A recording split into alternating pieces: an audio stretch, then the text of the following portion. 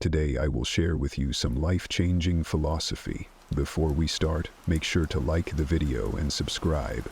Also, comment where are you watching from and at what time you are watching. Have a nice sleep. What if today was the day you made everything change? You've felt it before. That small but courageous voice inside you telling you that you're meant for more. Saying that the hesitation, the doubt, the second guessing that's held you back isn't really you. What if that voice is right? Today, you can stop imagining and start becoming. In this video, we'll teach you how, with a method we call the fearless method. It's a system developed from studying those who win consistently.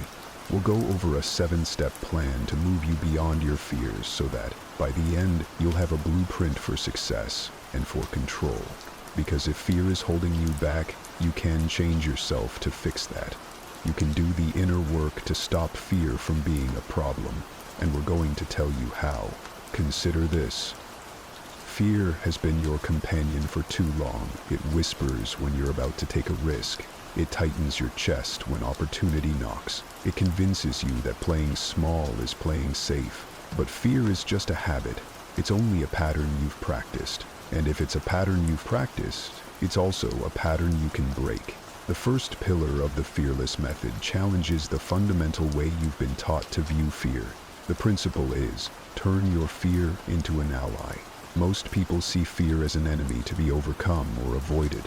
We urge you to recognize it as a valuable ally. Fear isn't dumb like a stone. It's a compass. When understood correctly, it points directly to your next opportunity for growth. The Stoics knew this. That's why they didn't eliminate fear but reframed it as information rather than destiny. Your fear response stems from two places: biological triggers that protected your ancestors from physical threats, psychological habits you've practiced throughout your life. With the right kind of awareness, you can distinguish between these two, recognizing when your body is responding to genuine danger versus when your mind is replaying outdated patterns. Start with a practice we call the 60-second fearless technique to give yourself immediate control when fear strikes. Pause for 20 seconds to name and locate the sensation in your body. Spend the next 20 seconds asking, what is this fear trying to protect me from? Use the final 20 seconds to consciously decide, will I allow this fear to guide me or govern me? With this practice, you can transform fear from your master into your messenger, just as the Stoics prescribed. The second step of the fearless method transforms intention into action through what we call the fearless commitment. This is more than a promise to yourself. It's a structured declaration you can use to rewrite your relationship with fear. You begin by documenting the specific fears that hold you back. Then, beside each fear, you'll write the exact opposite action you commit to taking. This creates a roadmap you can follow to get better. The ancient Stoics did the same. They didn't just contemplate virtue. They committed to specific actions to embody it. At the end of the day, write an identity statement to affirm your core commitment. Rather than focusing on what you want to achieve, you'll define who you're becoming. This simple shift, I am someone who, rather than I want to, aligns your identity with action. Doing this daily will anchor your commitment in reality. Each morning, select one specific fear-based pattern to interrupt using this framework.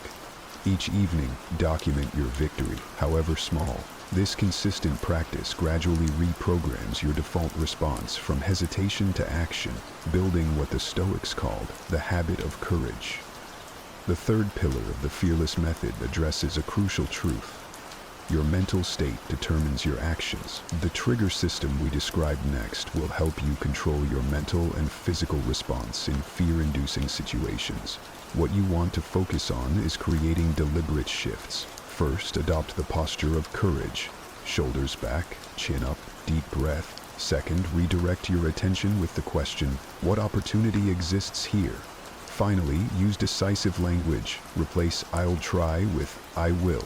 This sequence, practiced consistently, bypasses your brain's fear response. By anchoring fearlessness in everyday decision points, you build automatic courage. Begin by identifying the specific moments when fear typically arises. Then, Pre-decide your fearless response to these triggers, eliminating the gap between opportunity and action where fear thrives. Progressive training exercises strengthen your fearless response like a muscle. Begin with small, low-stakes situations and gradually increase the challenge. The Stoics called this voluntary discomfort, deliberately facing difficulty to build resilience. Through consistent practice, what once triggered fear becomes an automatic opportunity for your next confident action. The fourth component of the fearless method confronts what people fear even more than physical pain: rejection. Research with top performers reveals something surprising.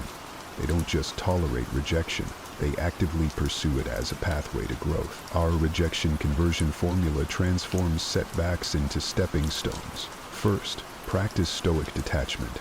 By separating rejection from your identity, it's feedback on your approach, not your worth. Second, extract the hidden opportunity.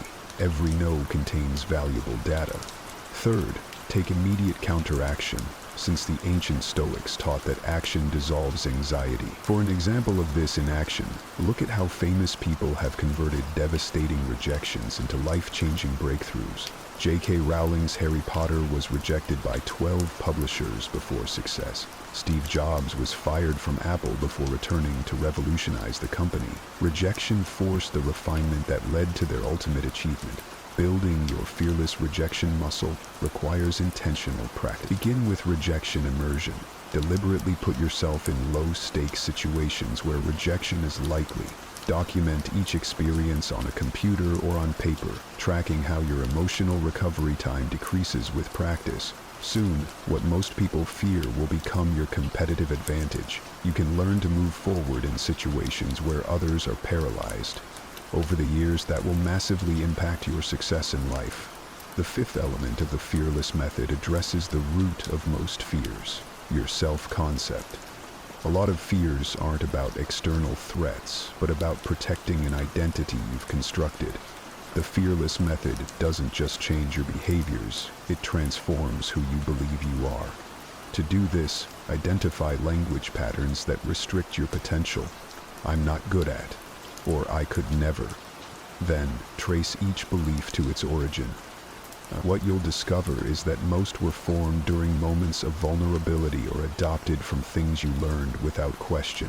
Marcus Aurelius wrote, "The soul becomes dyed with the color of its thoughts." When you examine your thoughts like this, you can spot the stains, and once you see them, you can remove them. Fearless communication patterns accelerate your transformation.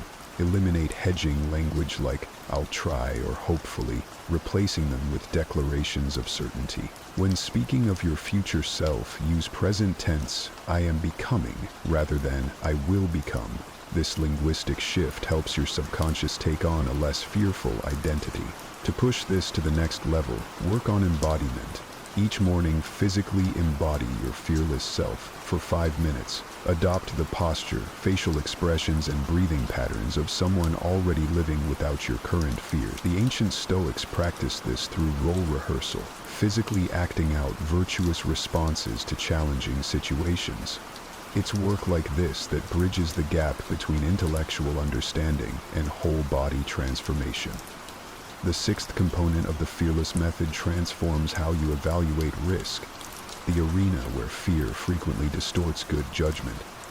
Most people make decisions based on emotional risk assessment. With the fearless method, you replace that with strategic clarity. Use a risk evaluation matrix to separate perceived risk from actual risk by using a simple 4-quadrant system. Plot potential decisions along 2 axes: impact, severity, and probability. When you do that, you'll see that most fears cluster in the low probability, low impact quadrant. The Stoics practiced a similar discernment, with Epictetus teaching us to distinguish between what merely appears frightening and what truly threatens our well-being. Applying this assessment system in real time means asking 3 questions when confronting decisions. What's the worst realistic outcome? What's the best possible outcome? What's the cost of inaction? This third question, which most people never consider, shows that avoiding risk is often the riskiest choice of all. Lastly, balance your approach to risk/reward calculations by using a regret minimization framework. Rather than asking what you want now, project yourself to age 80 and ask, which choice will I regret not making?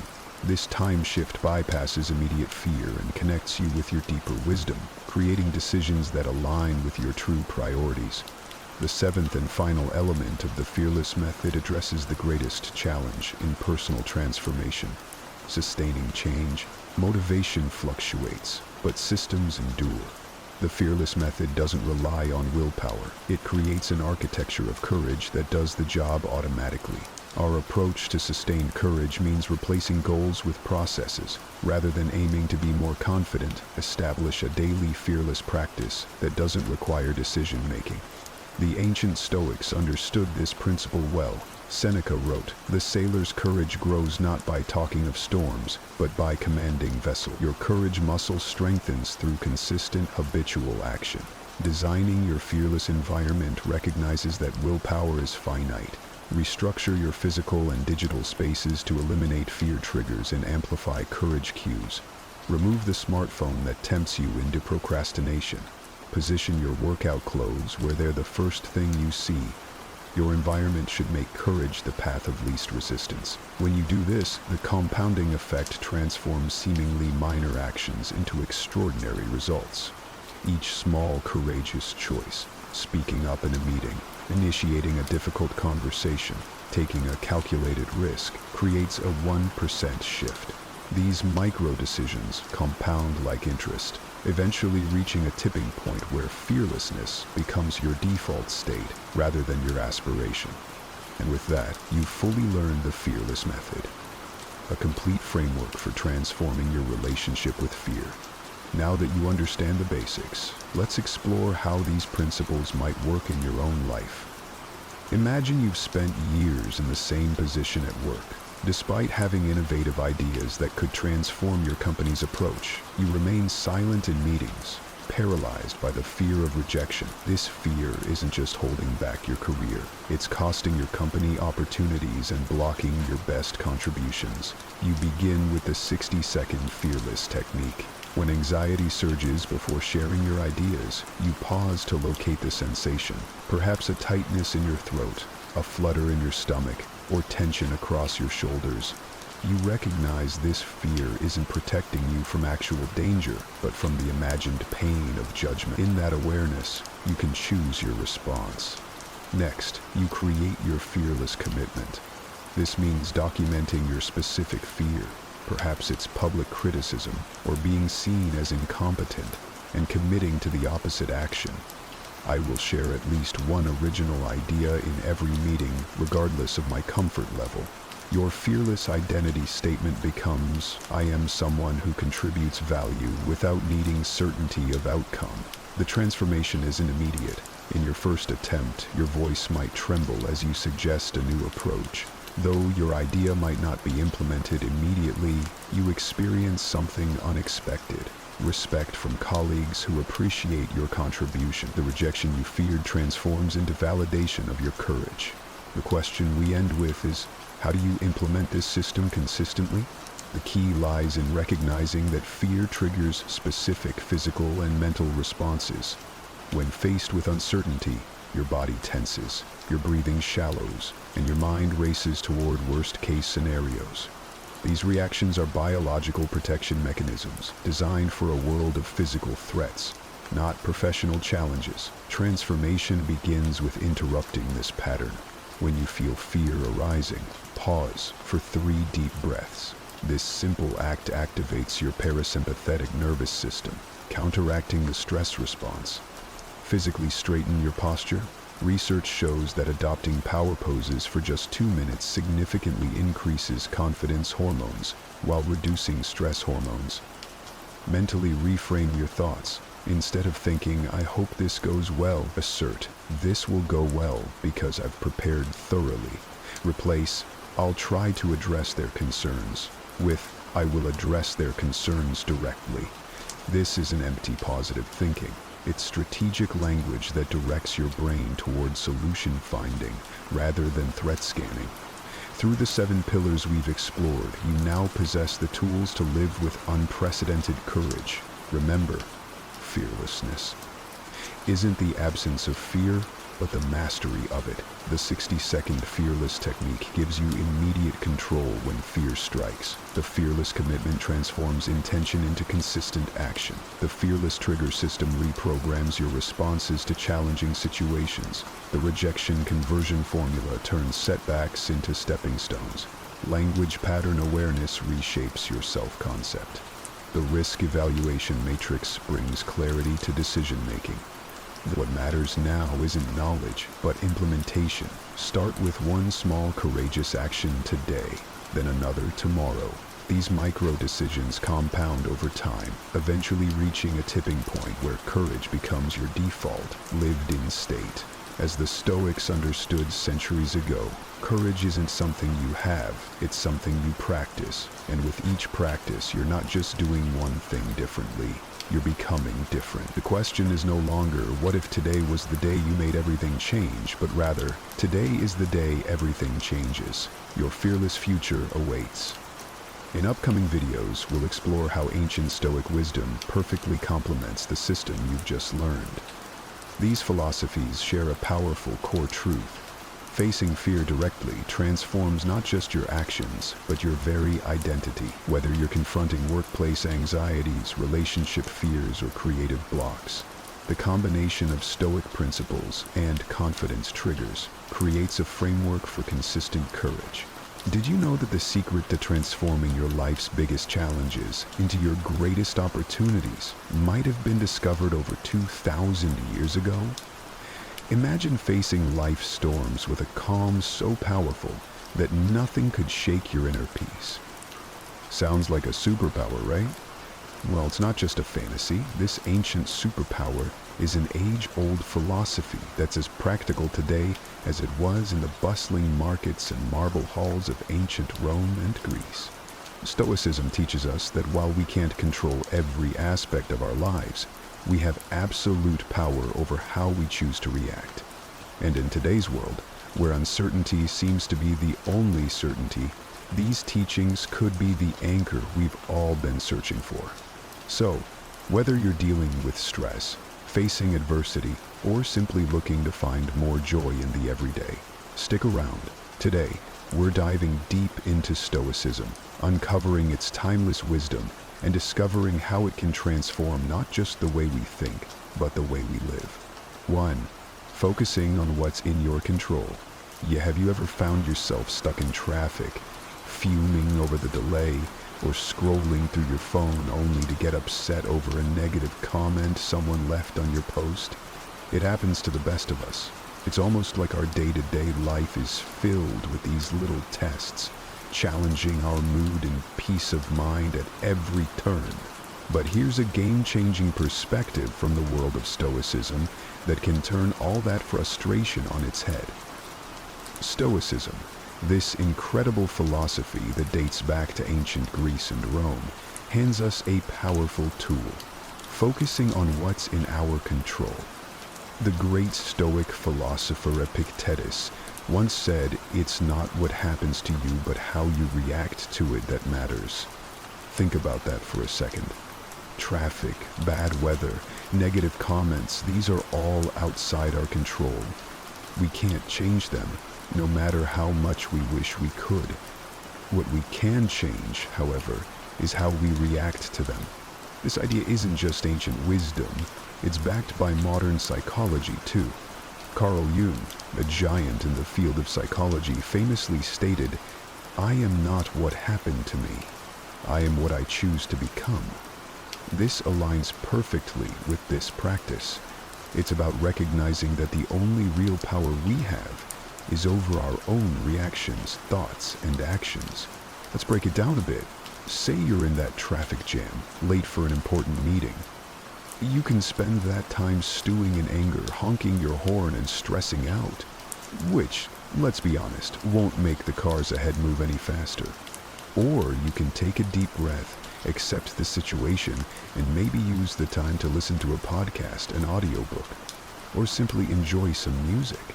The traffic hasn't changed, but your response to it has. And with that shift, your stress levels drop, and your day looks a bit brighter. This principle of focusing on what you can control extends far beyond just dealing with traffic or weather. It applies to our personal goals, our reactions to others, and our approach to obstacles in life. As Marcus Aurelius, another Stoic heavyweight, reminds us, you have power over your mind, not outside events. Realize this, and you will find strength. So, next time you find yourself getting worked up over something outside your control, remember these wise words from our friends. Ask yourself, is this within my control? If it's not, let it go. Focus on your reaction, your mindset, and your actions. This simple shift can have a profound impact on your stress levels and overall happiness. It's not always easy, but it's worth practicing every day. Remember, it's about progress, not perfection. And as we learn to focus more on what's in our control, we'll find ourselves not just surviving life's challenges, but thriving in spite of them. 2. Embracing obstacles as opportunities. Stoicism teaches us the art of embracing obstacles as opportunities. It sounds counterintuitive, right?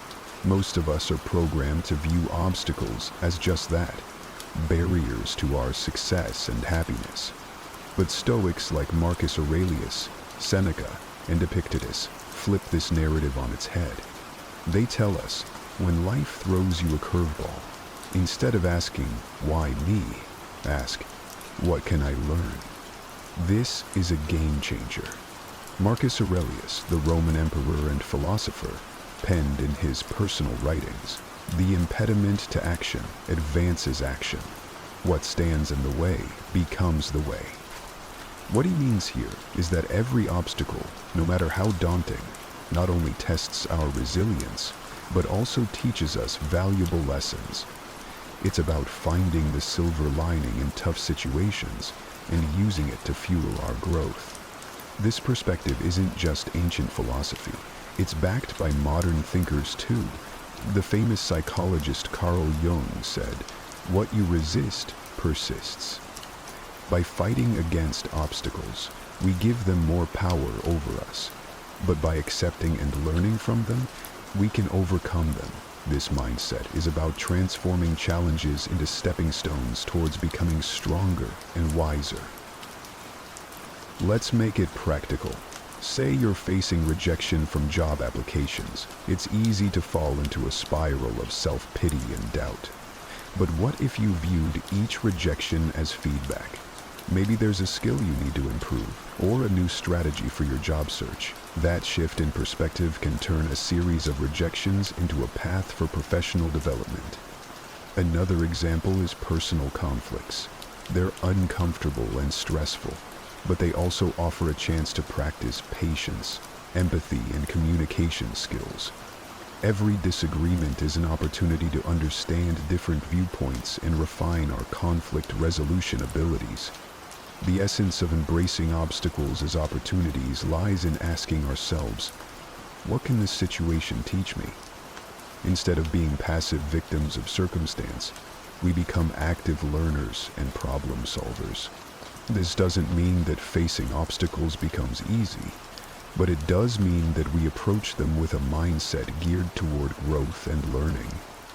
Epictetus once said, "It's not what happens to you, but how you react to it that matters." This is the heart of Stoicism. It's about seeing beyond the immediate pain or frustration of an obstacle and finding the lessons and opportunities it presents. So, when you're faced with a challenge, big or small, try to pause and reframe it. Ask yourself what you can learn from the situation and how it can make you stronger and wiser. Remember, obstacles aren't just hurdles to overcome, they're opportunities to grow. By adopting this mindset, we can navigate life's ups and downs with more grace, resilience, and wisdom. 3.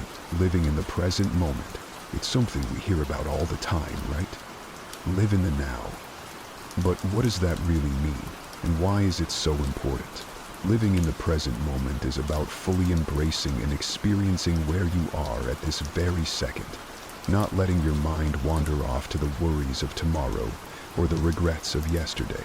It's about realizing that life, with all its beauty, challenges, and surprises, happens in the now. This concept isn't new. It's been a cornerstone of philosophy, echoed by great minds like Marcus Aurelius, Seneca, and Epictetus, and reiterated by modern psychologists and thinkers. Let's start with the Stoics.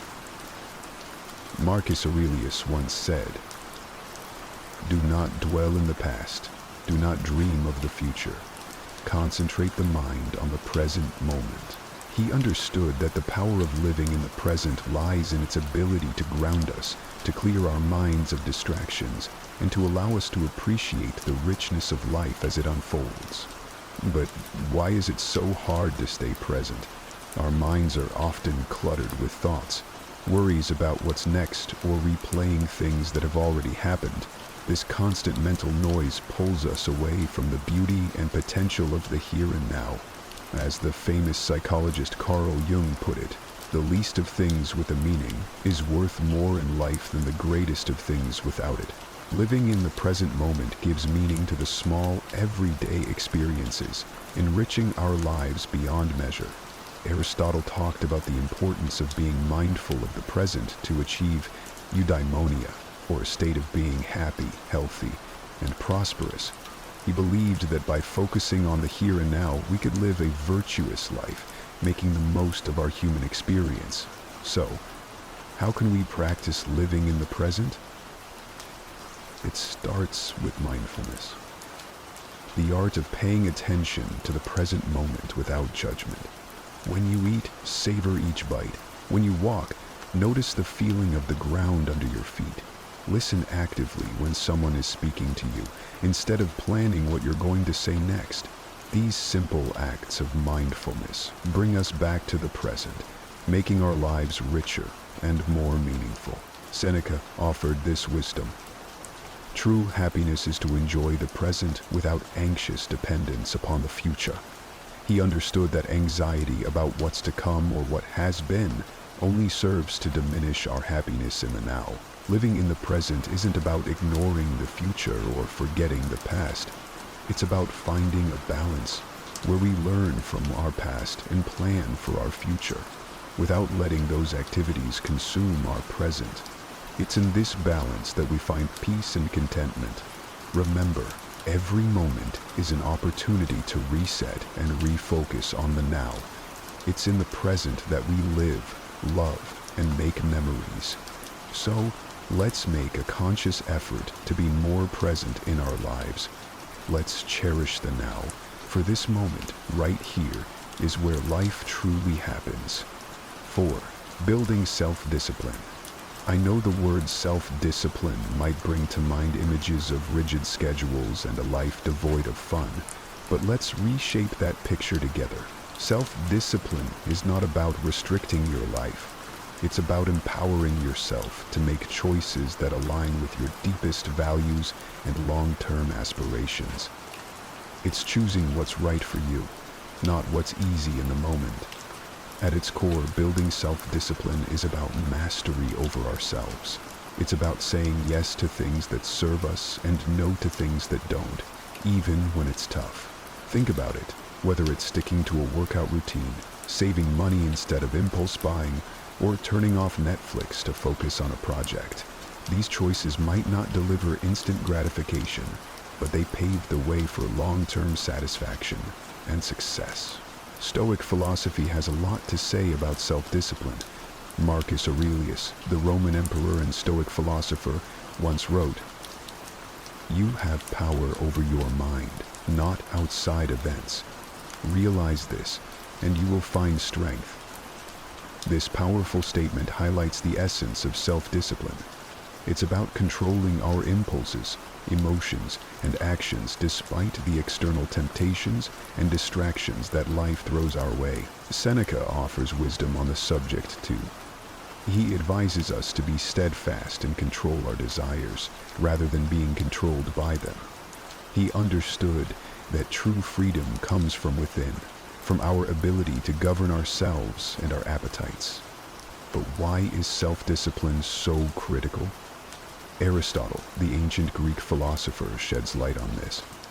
He believed that we achieve excellence and virtue through habit. By practicing self-discipline, we cultivate habits that lead us toward our best selves. It's not about occasional acts of willpower, but about consistently making choices that reflect our values and goals. Building self-discipline also ties into modern psychological understanding. Carl Jung, a pioneer in psychology, emphasized the importance of integrating all aspects of our personality to live fully. This integration requires self-discipline, as we must navigate the desires of different parts of our psyche, choosing paths that contribute to our overall well-being and growth. So, how can we build self-discipline in our daily lives? Start small. Pick one area you want to improve, whether it's your diet, exercise routine, or spending habits. Set clear, achievable goals and take it one day at a time.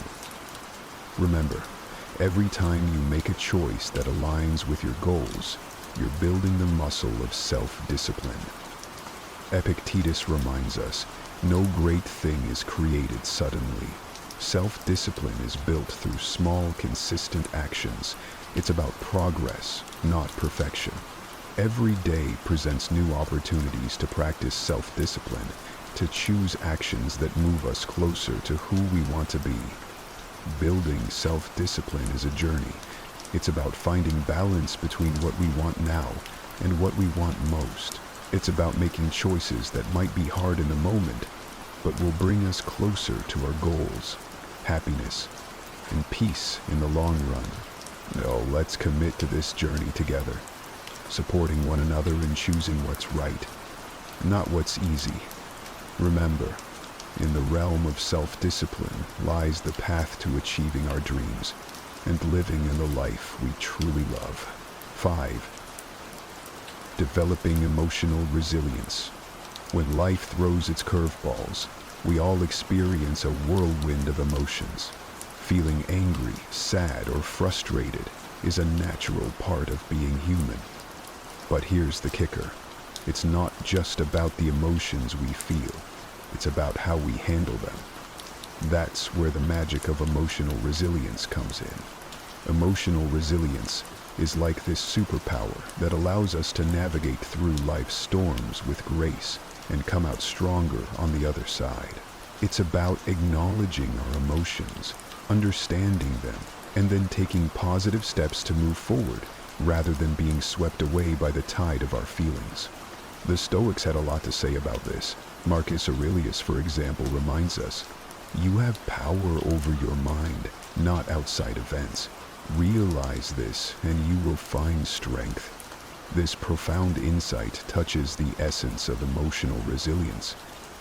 It's about recognizing that while we might not have control over what happens to us, we have control over how we respond. Our emotions don't have to control our actions. Seneca offers wisdom on facing adversity without losing our composure. He teaches that life's hardships are tests of our character and resilience. By facing our feelings with understanding and patience, we can grow wiser and more robust. But how do we develop this emotional resilience? It starts with self-awareness. Being mindful of our emotions and reactions helps us understand ourselves better. It's okay to feel what we're feeling, but instead of reacting impulsively, we can choose to respond in a way that aligns with our values and long-term well-being.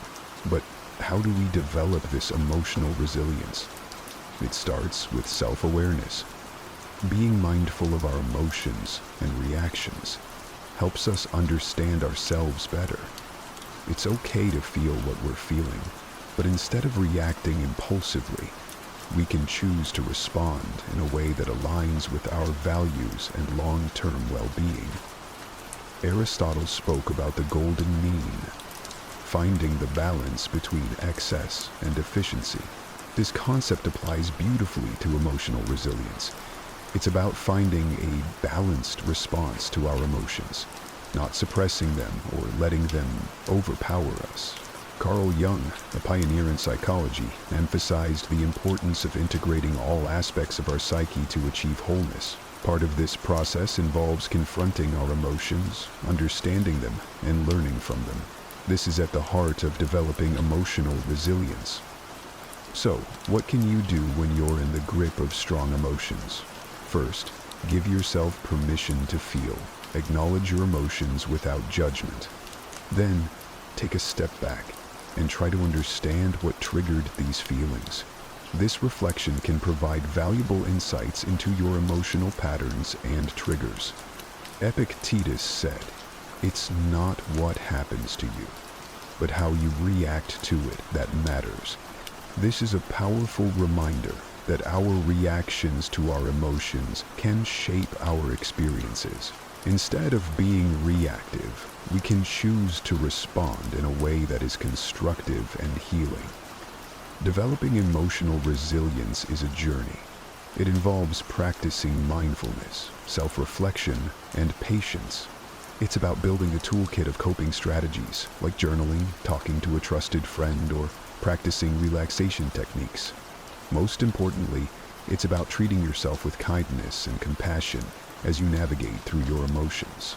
Emotional resilience is not about never feeling negative emotions. It's about learning to ride the waves of those emotions with grace and coming out on the other side stronger and more self-aware. By developing emotional resilience, we empower ourselves to face life's challenges with courage and poise. Let's embrace this journey together, supporting each other and becoming more emotionally resilient, and ultimately living a more fulfilling life. 6. Memento mori. Remember, you will pass away.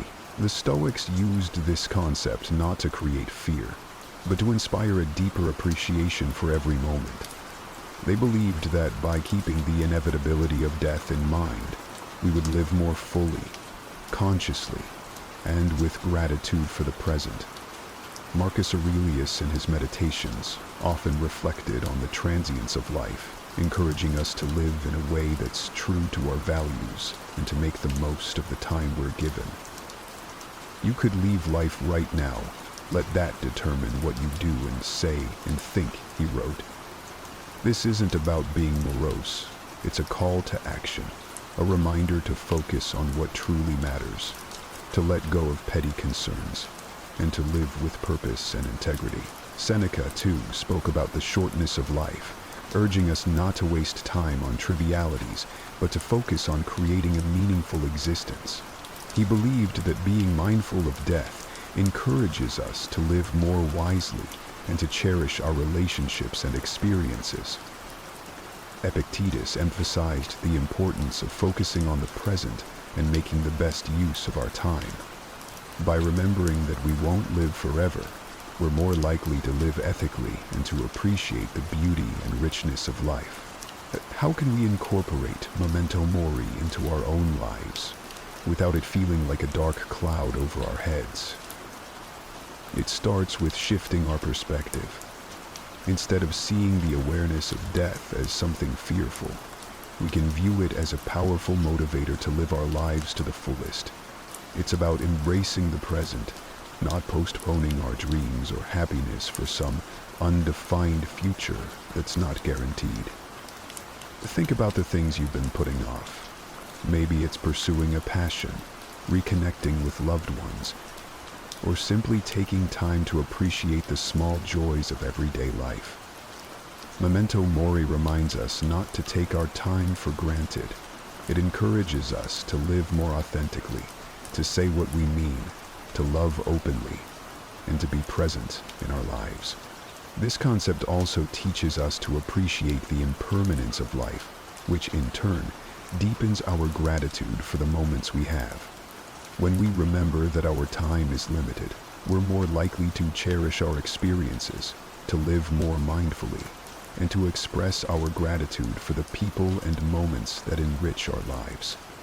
So, let's use memento mori, not as a source of fear, but as a catalyst for growth, gratitude, and a deeper appreciation of life.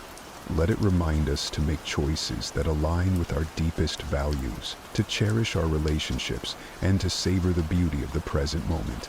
Remembering that we will die one day encourages us to live more fully today. In embracing memento mori, we find a powerful reminder to live, not in fear of death, but in celebration of life.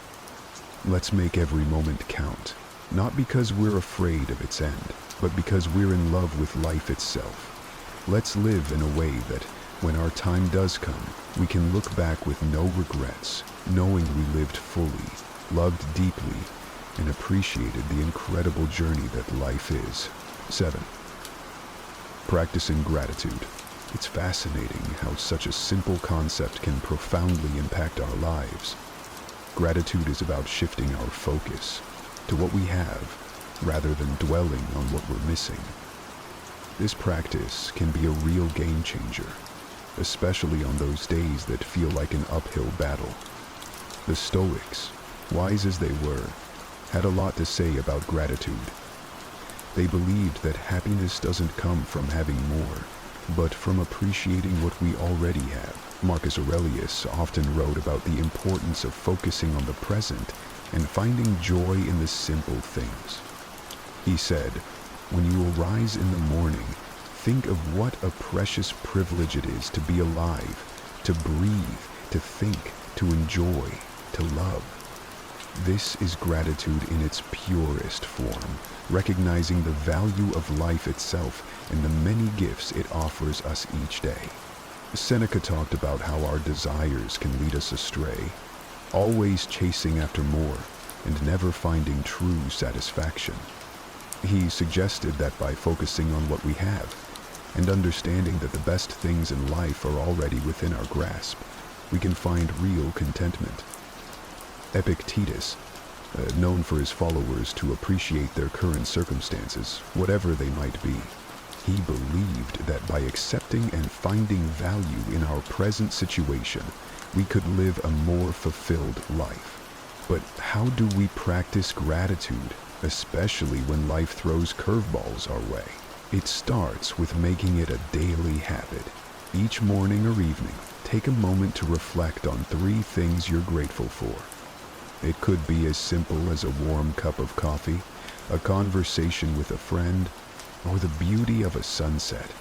This practice helps rewire our brains to focus on the positive, boosting our mood and overall outlook on life. Gratitude also means embracing challenges and finding lessons within them. Instead of asking, "Why is this happening to me?" we can ask, "What can I learn from this?" This shift in perspective helps us appreciate our experiences, both good and bad, as valuable steps on our journey. Moreover, practicing gratitude helps us build stronger connections with others. By expressing appreciation for the people in our lives, we not only brighten their day, but also strengthen our own resilience. A simple thank you can go a long way in showing someone that they're valued and loved. Aristotle spoke about the importance of recognizing the good in our lives and striving for a virtuous life. He believed that gratitude was key to achieving eudaimonia, or true happiness, as it allows us to appreciate the goodness around us and within ourselves. Even modern psychology supports the benefits of gratitude. Studies show that people who practice gratitude regularly experience less anxiety, sleep better, and have a more positive outlook on life. As Carl Jung said, the word happiness would lose its meaning if it were not balanced by sadness. By acknowledging and being grateful for the full spectrum of our experiences, we find a deeper, more authentic form of happiness. So let's make gratitude a cornerstone of our daily lives. Let's celebrate the small victories, cherish the moments of connection, and find joy in the simple pleasures. By focusing on what we have, not on what we're missing, we can cultivate a sense of abundance and happiness that shines from within. Remember, it's not happiness that brings us gratitude. It's gratitude that brings us happiness. Let's fill our glasses half full, raise them high, and toast to the beauty of gratitude in our lives. Cheers to finding the silver lining, even on the cloudiest of days. 8. Focusing on personal excellence. The Stoics had a profound understanding of personal excellence. They believed that excellence, or virtue, is the sole good, and that everything we do should aim toward living a virtuous life. Marcus Aurelius, for instance, is a prime example of someone who strived for personal excellence.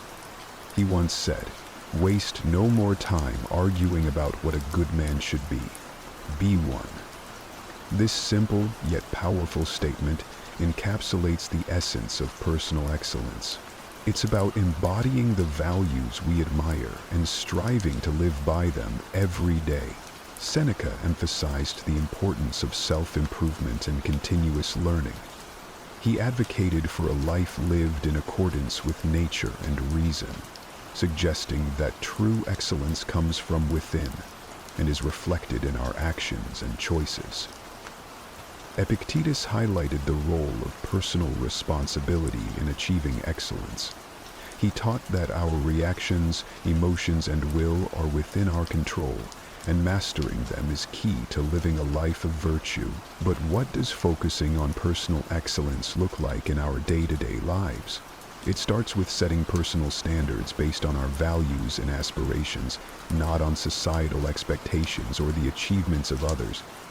It's about knowing who we are, understanding our strengths and weaknesses, and taking consistent steps toward improvement.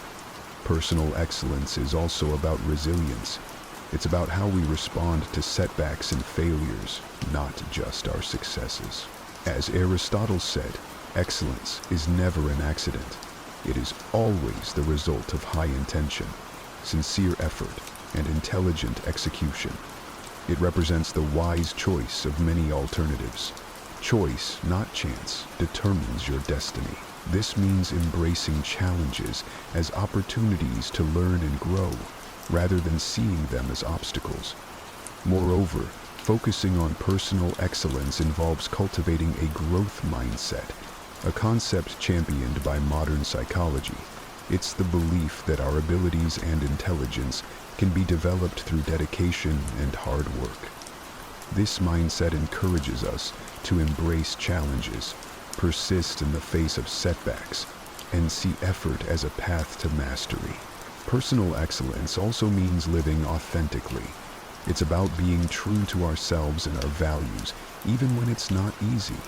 It's about making choices that reflect who we are and who we want to be, and taking pride in our journey, including both the struggles and the triumphs.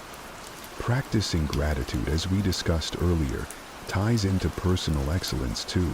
By appreciating what we have and where we are on our journey, we foster a positive outlook that supports our growth and well-being.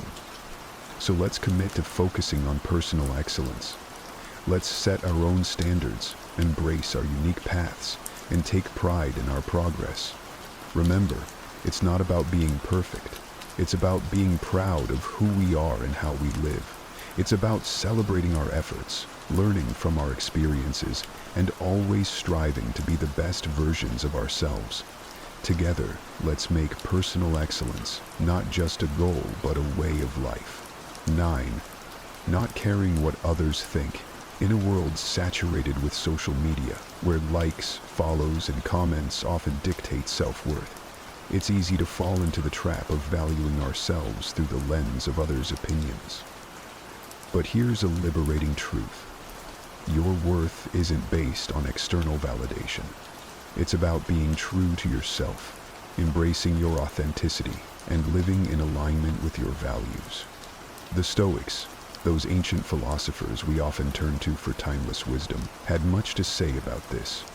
They taught that our inner peace and freedom come from focusing on what's within our control, our actions, our thoughts, and our integrity, not the ever-changing opinions of others.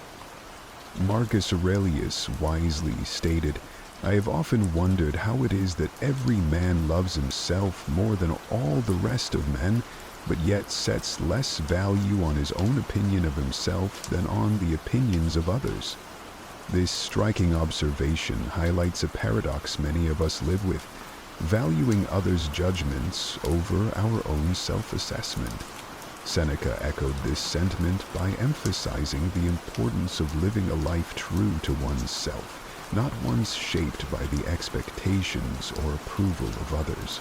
He believed that true contentment comes from within, from living a life that aligns with our principles and values. Epictetus taught that worrying about others' opinions is outside our control and therefore not worth our energy. He encouraged focusing instead on our own actions and on living virtuously, as that's where our true power lies. So, how can we start caring less about what others think and more about being true to ourselves?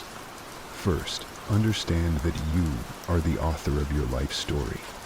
You have the power to define your worth, not society, not your social media followers, nor the people around you.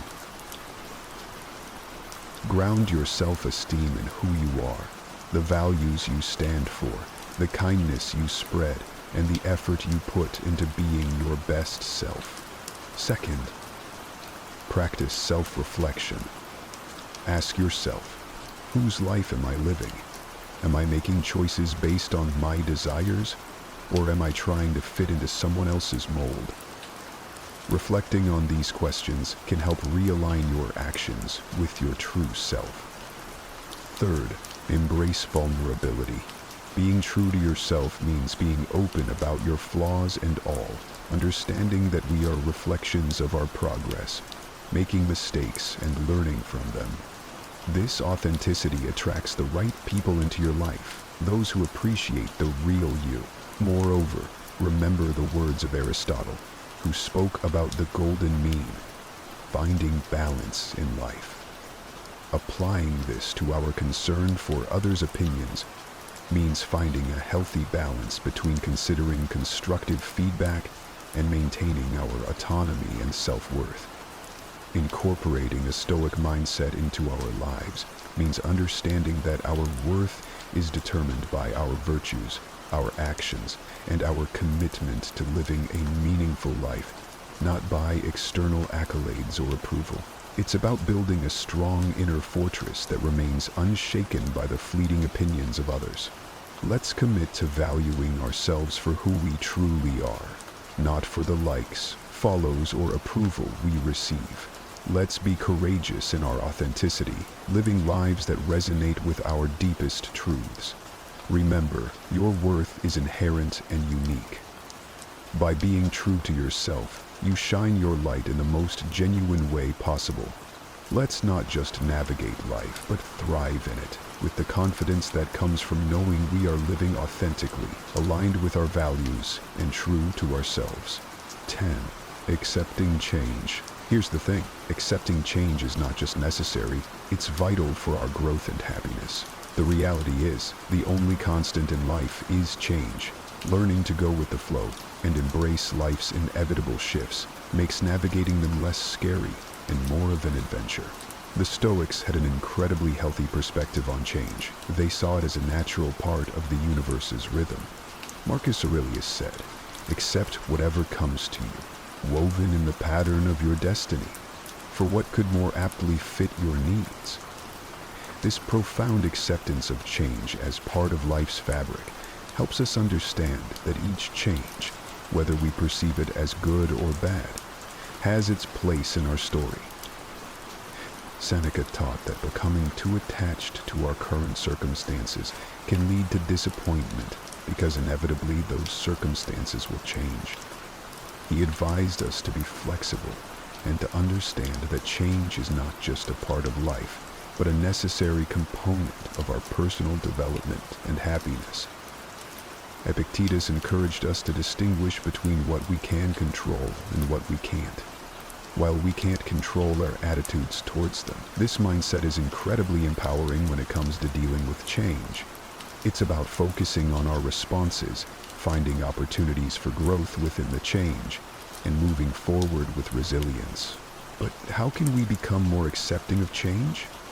First, by acknowledging that change is inevitable. It's the natural order of things. Everything around us is in a constant state of flux. Seasons change, people come and go, and our very selves are renewing themselves as we speak. Embracing change means embracing life itself. Second, by practicing mindfulness, being present in the moment allows us to appreciate our current experiences without clinging to them.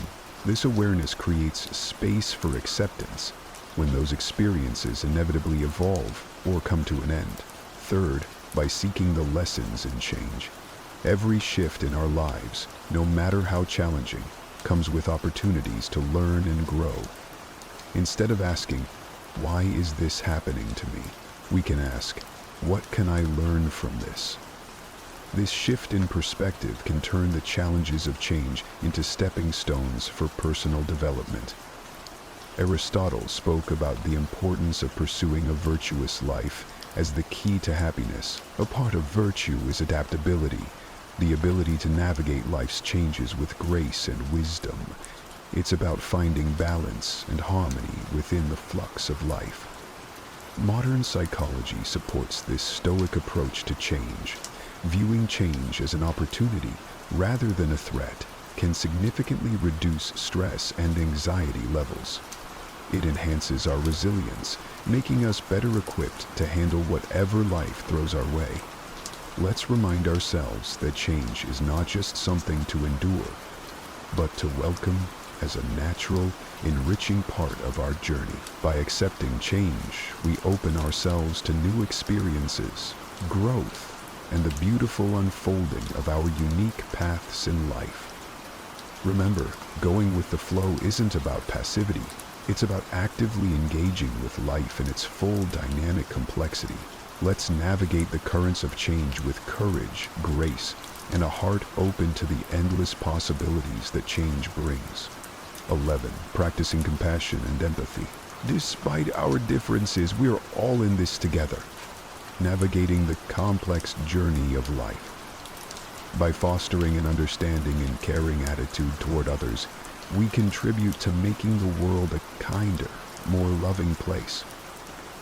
The Stoics, those ancient philosophers who continue to enlighten us with their timeless wisdom, placed great importance on the virtues of compassion and empathy. They believed in the interconnectedness of all humans and taught that kindness and understanding toward others are essential aspects of living a virtuous life. Marcus Aurelius, for instance, reminded us that human beings are social creatures by nature, meant to live in harmony and cooperation with one another.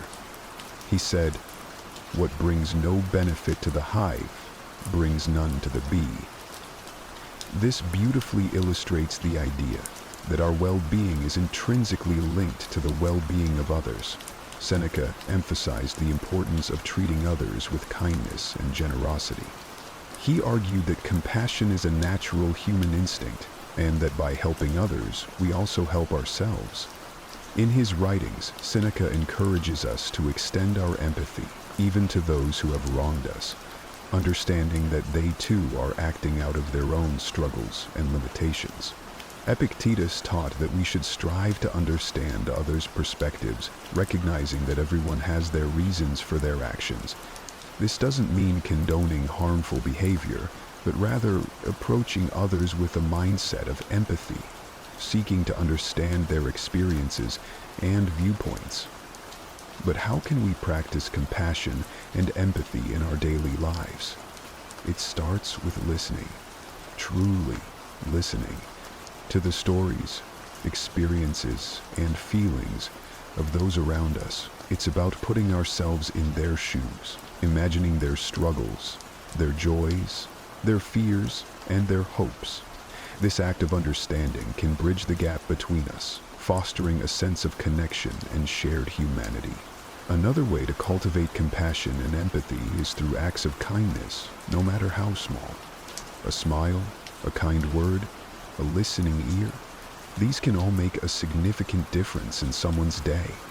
By being present and attentive to others, we signal that they matter, that their feelings and experiences are valid and important. Practicing compassion and empathy also means being there for others in times of need, offering support and understanding without judgment. It's about recognizing the value and dignity of every person, regardless of our differences. The ancient philosopher Aristotle spoke about the importance of friendship and the role of empathy in building strong, meaningful relationships. He believed that true friends not only share in each other's joys, but also in their sorrows, supporting each other with empathy and understanding. Modern psychology supports the Stoic emphasis on compassion and empathy, showing that these virtues not only enhance our relationships, but also our own emotional well-being. By caring for others, we foster a sense of belonging, purpose, and happiness in our own lives. Let's remind ourselves that behind every face is a story. Behind every action is a reason. By understanding and caring for each other, we make the world a kinder, gentler place. In doing so, we not only enrich the lives of those around us, but also find deeper fulfillment and joy in our own lives. Together, let's spread kindness like confetti, creating ripples of compassion that transform the world, one act of empathy at a time. 12. Reflecting and reviewing regularly. This is about taking a pause, a real, meaningful pause, to look back on our actions, our thoughts, and the paths we've tread. It's about growth, introspection, and aligning our lives with our deepest values. In a world that's always rushing forward, this practice is our anchor, ensuring we're not just being swept away, but are sailing in the direction that's true to us. The Stoics, with their profound insights into human nature, placed immense value on the practice of reflection. Marcus Aurelius, in his personal writings, which we now treasure as meditations, offered a model of this practice. He didn't just rule an empire, he took the time to examine his life, his decisions, and his moral compass through writing. He saw this reflection as essential to living a life of virtue and purpose. The happiness of your life depends upon the quality of your thoughts, he wrote, reminding us that our internal dialogue shapes our external reality. Seneca recommended regular self-assessment as a way to foster self-improvement and wisdom. He likened life to a play, suggesting that we periodically review our roles and performances. Are we acting in harmony with the character we wish to embody? Are our actions reflective of the script we value?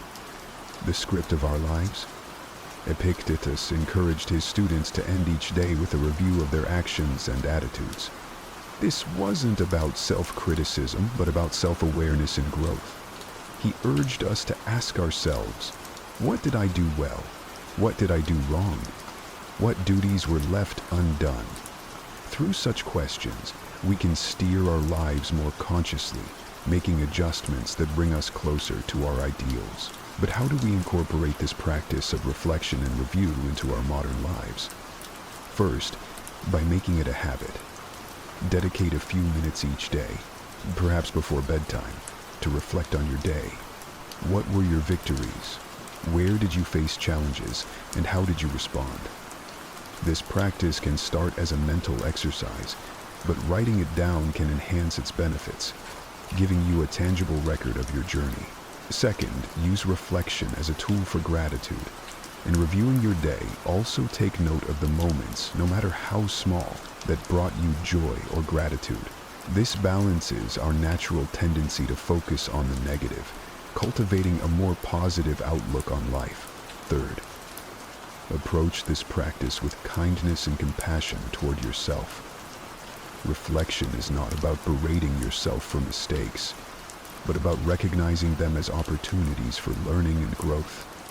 Be as understanding and supportive to yourself as you would be to a dear friend. Aristotle spoke about the importance of living a reflective life. He believed that true wisdom comes from understanding ourselves, our actions, and our place in the world. This reflection is the essence of living an examined life, one that's in accordance with virtue and excellence.